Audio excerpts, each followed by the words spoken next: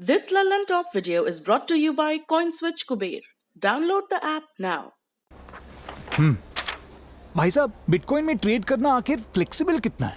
आपके पैसे हैं, जब चाहो आपके पास, जब आप चाहो बिटकॉइन में 24/7।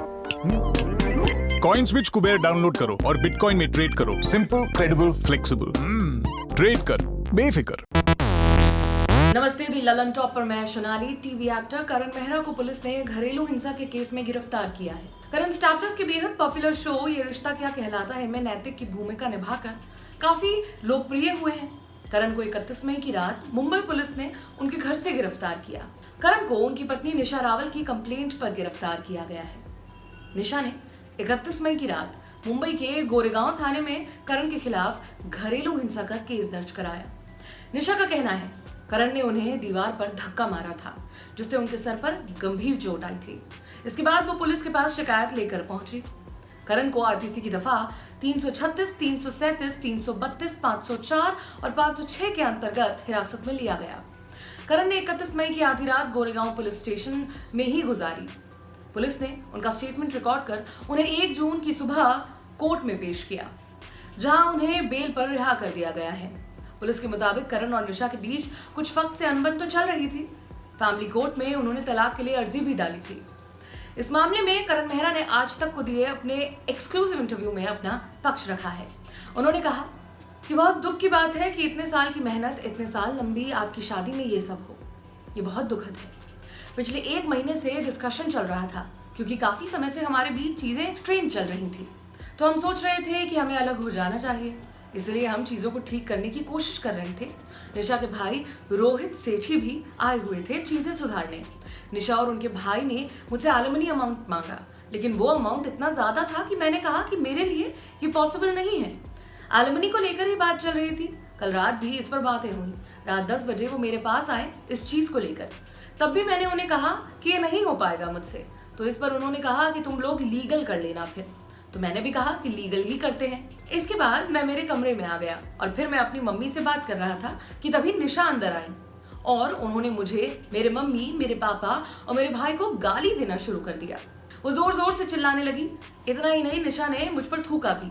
मैंने निशा को कहा कि आप बाहर जाइए, तो निशा ने मुझे धमकी दी, देखो अब मैं क्या करती हूँ। और फिर वो बाहर गई और उसने दीवार पर अपना सर फोड़ा और सबको ये बताया कि करण ने ये किया है। निशा के भाई ने आकर फिर मुझ पर हाथ उठाया। निशा के भाई ने मुझको असॉल्ट भी किया। उन्होंने मुझे थप्पड़ मारे और चेस्ट पर भी मारा। मैंने उनके भाई को कहा मैंने निशा को नहीं मारा है और आप ये घर के कैमरे में चेक कर सकते हो, लेकिन कैमरे पहले से ही बंद रखे थे। उन्होंने सब वीडियो रिकॉर्ड करना शुरू कर दिया और फिर पुलिस को बुलाया, लेकिन पुलिस ने भी कुछ नहीं किया, क्योंकि उन्हें पता है कि सच क्या है। झूठा केस करोगे तो सच सामने आएगा ही। कल को इन्वेस्टिगेशन होगी तो सच बाहर जरूर आएगा। मेरे लिए ये सब बहुत कष्टदायक है। कुछ भी अमाउंट अगर निशा मांगेगी तो मैं कहाँ से लाऊंगा? डिवोर्स हो रहा था हमारा, तो मैं तो इतने पैसे नहीं ला सकता था ना। ये सब मैं मेरे बच्चे कविश के लिए कर रहा था। अच्छे से बात करके भी मामला सॉल्व हो सकता था।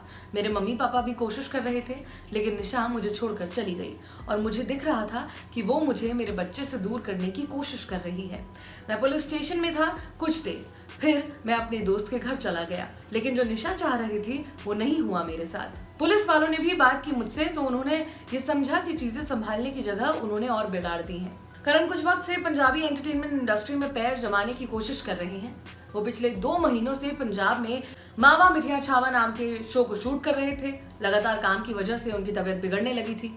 साथ ही कुछ कोविड के लक्षण भी नजर आ रहे थे, लेकिन टेस्ट में वो नेगेटिव पाए गए।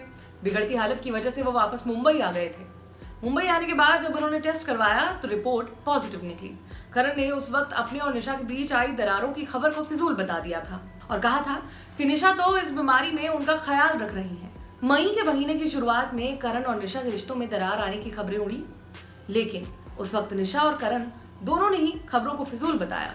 करण और निशा का 2012 में विवाह हुआ था। दोनों का एक बेटा भी है जो इस वक्त 4 साल का है।